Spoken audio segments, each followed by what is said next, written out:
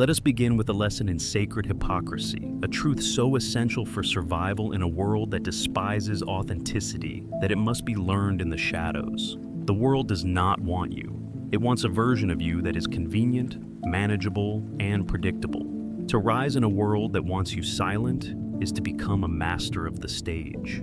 Your first and most deadly rule is this: you must forge a face that is not your own, and you must wear it until the mask and the flesh are indistinguishable. Machiavelli, in his cold-blooded little book of secrets, knew that men are governed by appearances. Men judge generally more by the eye than by the hand, he wrote. For everyone can see you, but few can touch you. They will not know the turmoil in your heart, the doubts in your soul, the chaos of your private world. They will know only the character you choose to play. Your face, your voice, your public demeanor, this is not a window to your soul. It is the fortress wall you build around it. Imagine your soul as a city under siege. Within its walls, there is fear, there is dissent, there is hunger. But on the ramparts, you must station actors. You must have them feast and sing and laugh. You must have them polish their armor until it gleams in the sun. The besieging army will see only strength, confidence, and abundance. Their morale will falter. They will believe your city is impregnable. They are not fighting the reality of your starving city. They are fighting the magnificent illusion you have crafted for them. And an illusion, if it is bold enough, is more real than reality itself. You have been raised in a cult of sincerity, a soft, modern creed that preaches the virtue of being yourself. What a beautiful piece of advice for a man who is already safe, already powerful. For a man trying to rise from the mud, from the silence they have imposed upon him, it is a suicide pact. Being yourself is to hand your enemies a detailed map of your weaknesses. It is to show the besieging army where your walls are crumbling. The Machiavellian path is to be a great pretender and dissembler. This is not a call to be a liar in the petty sense. It is a call to become a master artist, and your masterpiece is your own persona. You must study the virtues they claim to admire: piety, mercy, integrity, and you must learn to perform them with more convincing passion than those who actually possess them. You must appear calm when you are raging. You must appear confident when you are terrified.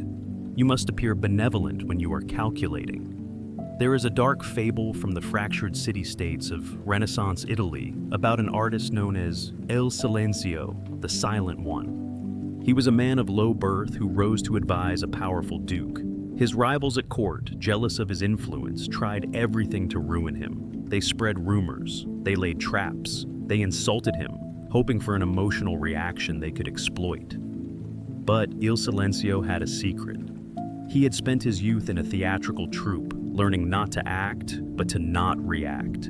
He had mastered the art of the unreadable face. His expression was a placid, slightly amused mask. His voice was a calm, melodic monotone. His enemies would rage and scheme against him, and he would meet them with this unnerving stillness. They could find no purchase, no crack in the facade. They were fighting a ghost. Eventually, they destroyed each other in their own frustrated, paranoid infighting, while Il Silenzio watched from behind his perfect silent mask and continued to rise. This is the power you must cultivate. It is a discipline of the soul, a form of high theater. When you are slighted, you do not show anger. You show a mild, detached curiosity. When you are praised, you do not show pride. You show a humble gratitude that hints at the vast, unseen depths of your merit. You become a black mirror, reflecting nothing, revealing nothing, absorbing everything. The faint, flickering hope in this cold discipline is that the mask, worn long enough, begins to shape the flesh beneath.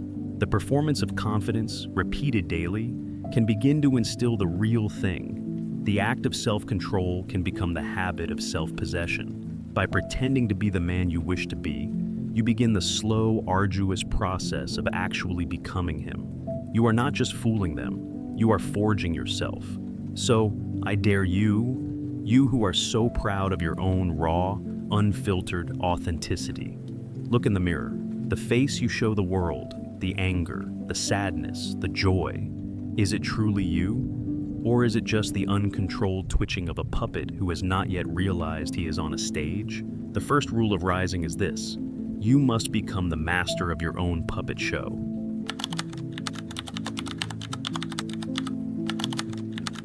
Every hand that lifts you up is measuring you for a coffin. I have seen it in the backrooms of power and in the intimate betrayals of the heart.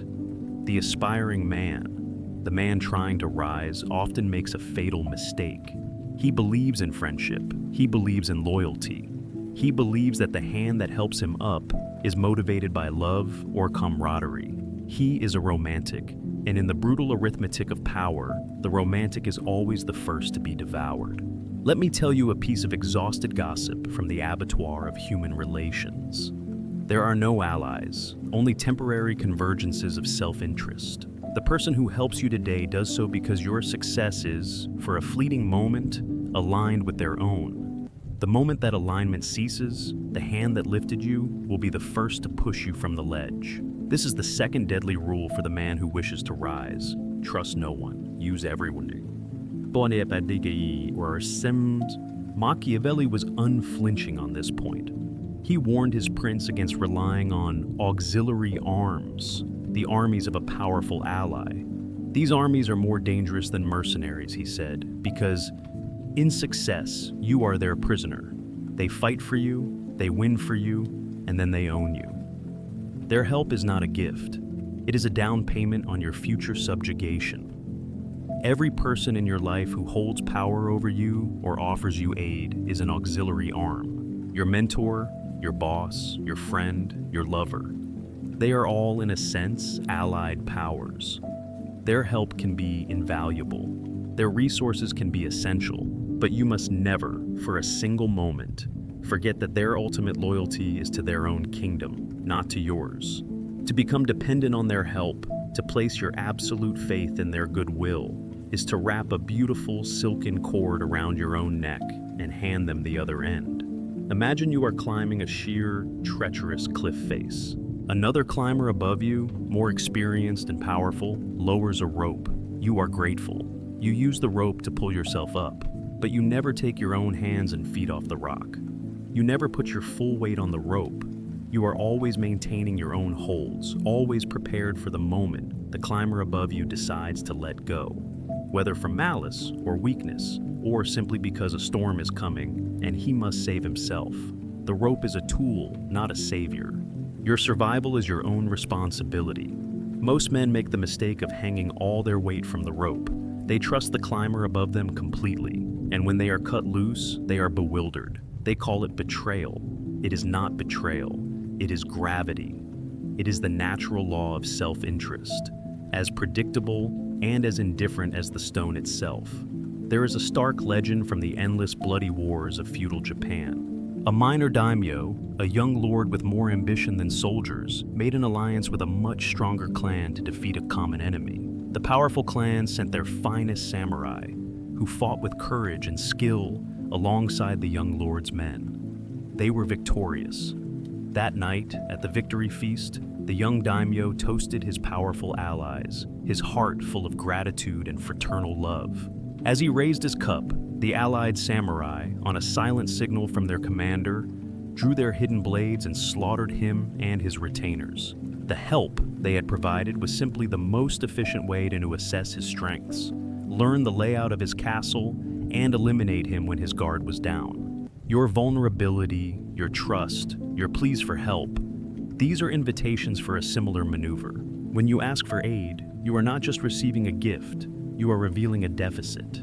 You are showing a more powerful player where your own resources are lacking. A wise and benevolent ally may help you. A Machiavellian one will note your weakness and file it away for future use.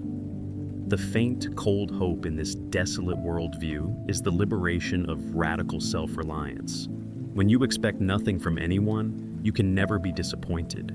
When you trust no one, you can never be truly betrayed. Betrayal is simply the inevitable, predictable divergence of interests. You can still work with people.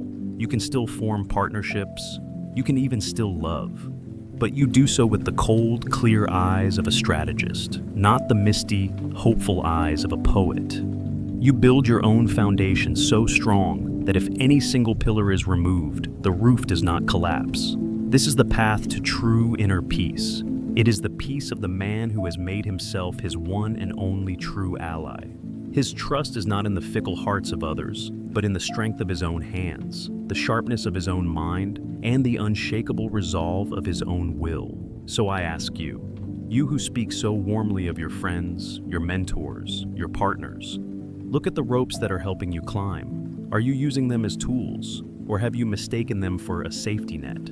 And what will you do when the man holding the other end decides it is in his own best interest to simply let go?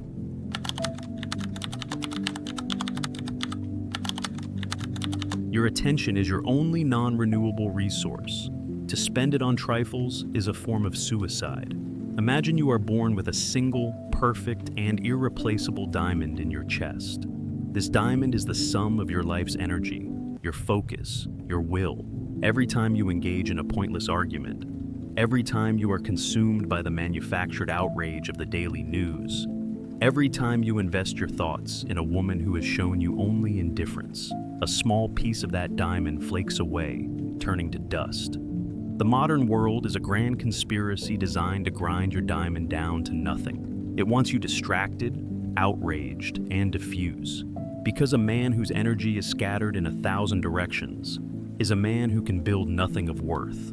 This is the third and most jealously guarded rule of the man who wishes to rise. You must become a ruthless miser with the gold of your own attention. Machiavelli understood this in the language of statecraft. In his 16th chapter, he dismantles the naive virtue of liberality or generosity. He explains that a prince who is famously generous will quickly exhaust his treasury. To maintain his reputation, he will be forced to heavily tax his people, which will make them hate him. A wise prince, however, should not mind the name of miser. By being parsimonious, he conserves his resources. His treasury remains full. When a great war must be fought or a great work must be built, he has the funds to do it without burdening his people. His initial miserliness is the foundation of his long-term power and, paradoxically, his eventual ability to be truly generous. You are the prince, and your focus is your treasury. Every moment of your day you are besieged by beggars. The glowing screen in your pocket is a beggar. The endless scroll of social media is a beggar. The petty dramas of your colleagues are beggars. The woman who texts you out of boredom but will not commit is a beggar. They all want the same thing, a small coin of your attention, a tiny flake of your diamond. To be liberal with them, to give your focus to every outstretched hand, is to ensure your own spiritual bankruptcy.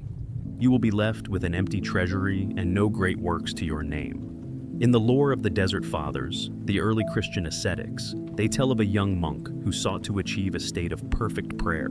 To do so, he had to cross a vast desert to reach a sacred mountain. He was given a single water skin, just enough for the journey. As he walked, he was beset by demons and ghosts, all crying out with thirst. The first, a demon of vanity, begged for a sip of water to polish its reflection in a mirage. The monk, being compassionate, gave it a little. The second, a ghost of past regrets, begged for a drop to cool its burning shame. The monk gave it another. He gave a little to every phantom that plagued him. By the time he was halfway to the mountain, his water skin was empty, and he perished in the sand, his great purpose unfulfilled. Another monk took the same journey.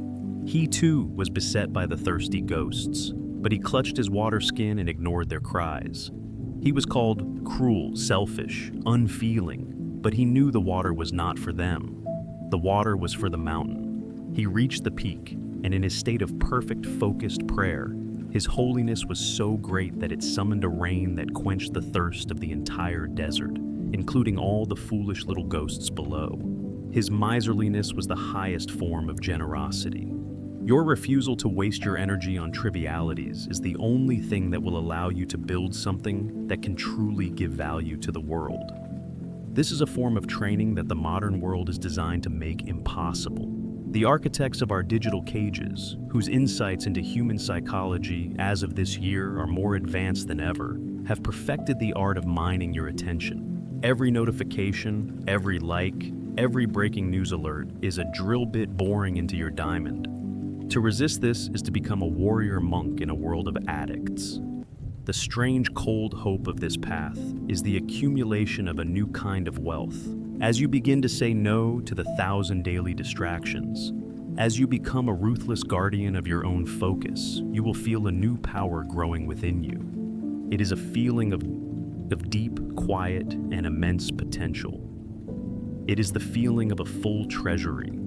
It is the calm confidence of the man who knows he has the resources to handle any true crisis and to fund any great ambition. You are no longer living from one emotional paycheck to the next.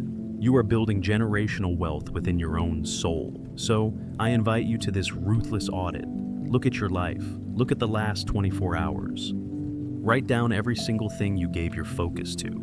Now, look at that list with the cold, unforgiving eyes of a miserly king. How much of your gold did you give to beggars? How much did you invest in your own kingdom? And what will you do tomorrow when they all come begging again?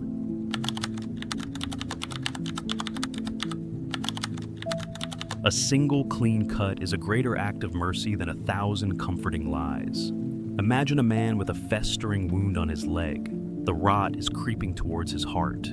He is surrounded by well-meaning friends. They are the apostles of kindness. They bring him warm blankets. They tell him soothing stories. They apply sweet-smelling balms to the wound. They cannot bear to cause him pain. And so, with every act of their gentle, sentimental mercy, they allow the poison to spread.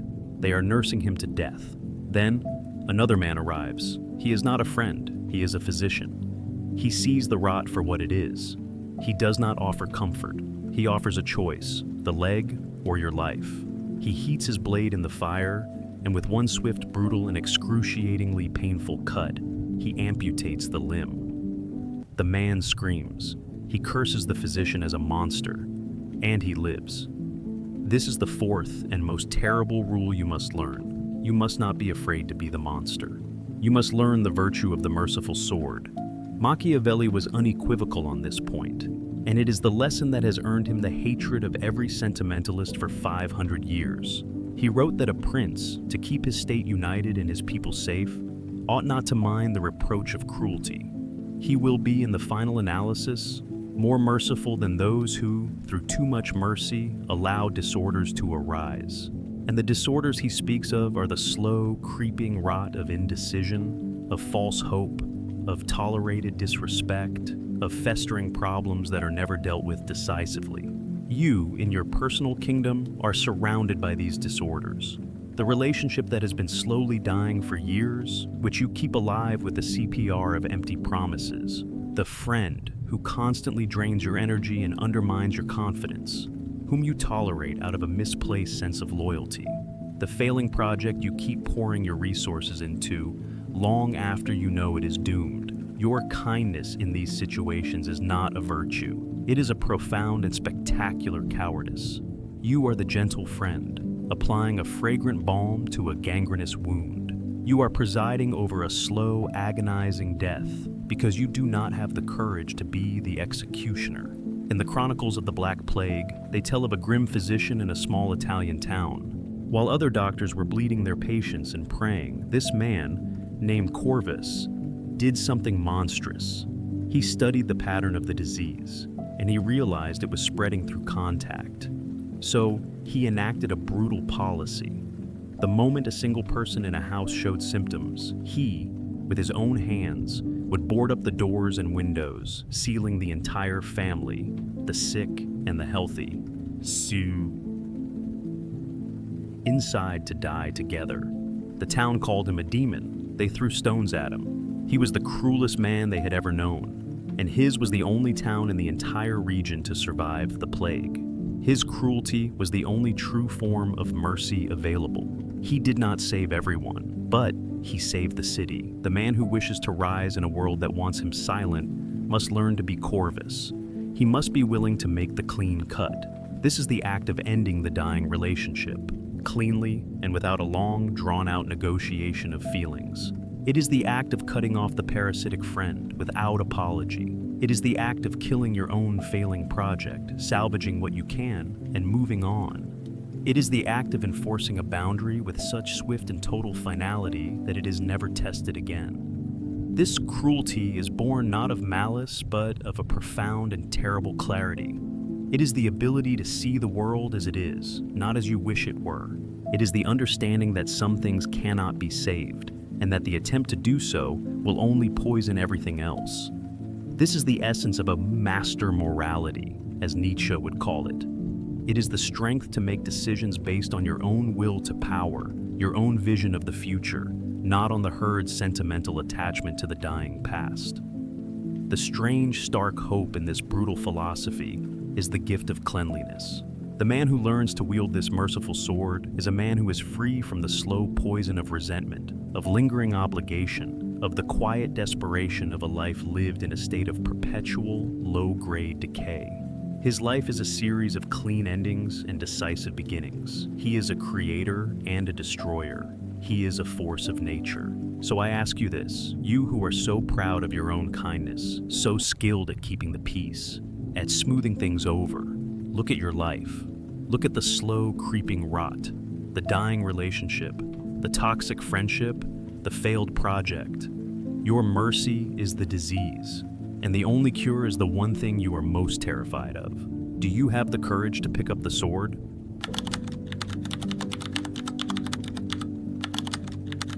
You must learn to smile like the fox, while never forgetting the teeth of the lion. Imagine you are in a dark forest, a place of tangled motives and hidden dangers. To survive, you must become a creature of this forest. But what kind? If you are only a lion, all brute force and roaring pride, you will walk into every hunter's snare. Your strength will be your undoing. If you are only a fox, all cunning and sly evasion, you will never be able to face the wolves that roam this wood. Your cleverness will be a prelude to your own consumption. The world is a dark forest, and to rise within it, you must become a creature that does not exist in nature, a beast with two souls. This is the fifth and perhaps most difficult rule in this dark grimoire of power. You must be both the lion and the fox. Machiavelli, in the 18th chapter of his Prince, a chapter so scandalous it has been the delight of tyrants and the terror of the pious for half a millennium, makes this brutally clear. Because men are a sad lot, he argues, a prince cannot be bound by simple honesty or brute force. He must learn how to be a beast, and from the menagerie of beasts, he must choose two, the lion to frighten the wolves, and the fox to recognize the traps. The lion is your core. It is the raw, unshakable power you have been cultivating. It is your mission, your discipline, your capacity for the merciful cruelty we have spoken of. It is the part of you that is willing to make hard decisions, to enforce boundaries, to go to war for your own kingdom. When the wolves, the rivals, the doubters, the enemies circle you, they must feel the deep, guttural vibration of the lion's presence. They must know, without a single word being spoken, that you are not prey. But in the world of men, a world of traps, of social subtlety, of hidden meanings and polite deceptions, the lion is a clumsy fool. And so you must also be the fox. The fox is your social intelligence, your mask, your charm. The fox does not walk into an ambush. It sniffs the air and senses the danger long before it is visible. The fox does not get drawn into pointless battles of ego. It flatters, it dissembles, it evades, always conserving its energy for the real fight. The fox understands that the deadliest traps are not made of steel, but of words, of expectations, of other people's emotions. Most men are one or the other. You know them. The lion is the brutish athlete or the aggressive CEO, powerful but unsubtle, constantly being outmaneuvered by office politics he doesn't understand. The fox is the nice guy, the clever intellectual, the witty conversationalist who is all charm and no spine, who can talk his way out of any situation but can never command one. Both are incomplete. Both are destined to fail. The man who rises is the man who can be both, and who can shift between them as easily as drawing a breath. He is the master diplomat in a hostile court. His conversation is a masterpiece of foxy charm, of wit, of feigned empathy. He makes you feel at ease. but his hand never strays far from the pommel of his sword. And his eyes, even when they are smiling, are the cold, calculating eyes of a lion assessing your strength. His charm is terrifying because it is backed by a credible thread of force. His force is effective because it is delivered with the cunning of a fox. In the forgotten myths of the Akkadian Empire, they spoke of the god king Gilgamesh. In his youth, he was only a lion, a tyrant of pure, arrogant strength. His people suffered. The gods then created his double, Enkidu, a wild man who was his equal. When they fought and could not defeat each other, they became brothers. Gilgamesh learned from Enkidu the cunning of the wild, the way of the fox. Enkidu learned from Gilgamesh the discipline of the city, the way of the lion. It was only when these two halves were united in one purpose that Gilgamesh became a true king, a complete man, a legend. You must stage this same war and this same union within your own soul. You must find the part of you that is weak, the lion if you are a natural fox, the fox if you are a natural lion, and you must go to war with it. You must, through discipline and brutal self-assessment, cultivate your own opposite. This is the path of true integration. It is the alchemical marriage of your own inner beasts. The strange, dangerous hope here is in becoming a man of terrifying completeness. You are no longer a predictable caricature. You are a man of depths, of contradictions, of unnerving unpredictability. This is the very essence of charisma. People are drawn to you because they can never fully figure you out.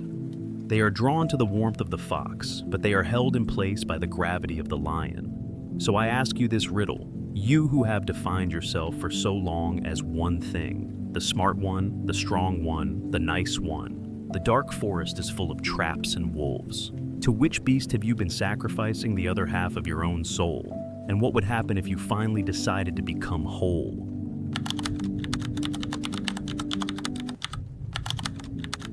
A beautiful vision without a sword is a pleasant dream. A sword without a vision is mere butchery.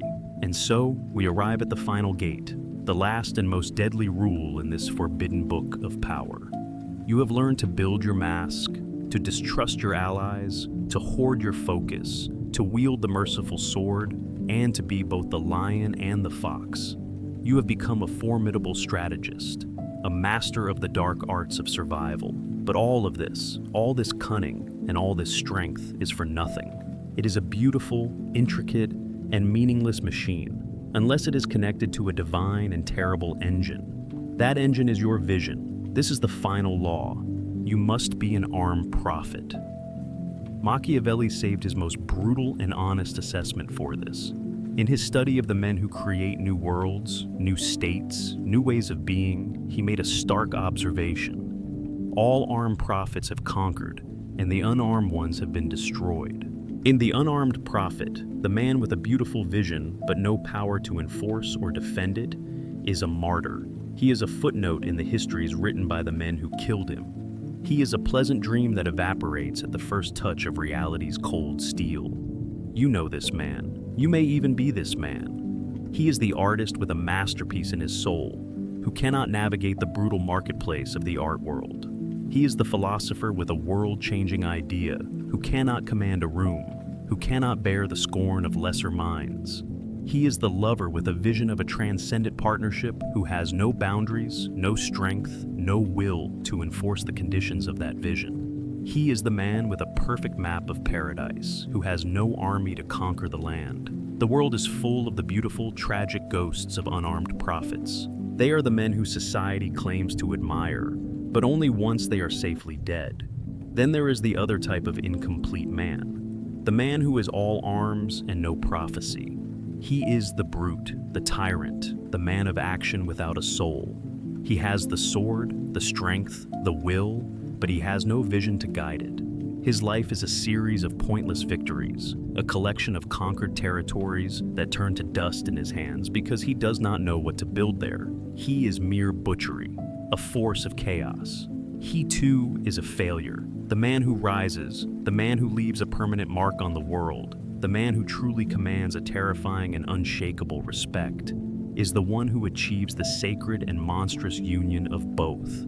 He is the man whose vision is so clear, so luminous, so compelling, that it borders on madness. And he is the man who possesses the ruthless, worldly, Machiavellian skill to forge that vision into reality, to defend it from its enemies, and to discipline those who would corrupt it. He is the artist who is also a ruthless businessman. He is the philosopher who is also a king. In the myths of the founding of Rome, its first king, Romulus, was not a gentle dreamer. He had a vision of a city that would rule the world. When his own twin brother Remus mocked the city's humble first walls by jumping over them, Romulus killed him. It was an act of monstrous, unforgivable cruelty. And it was a prophetic statement. It said, "The vision of Rome is more sacred than even the love of my own blood.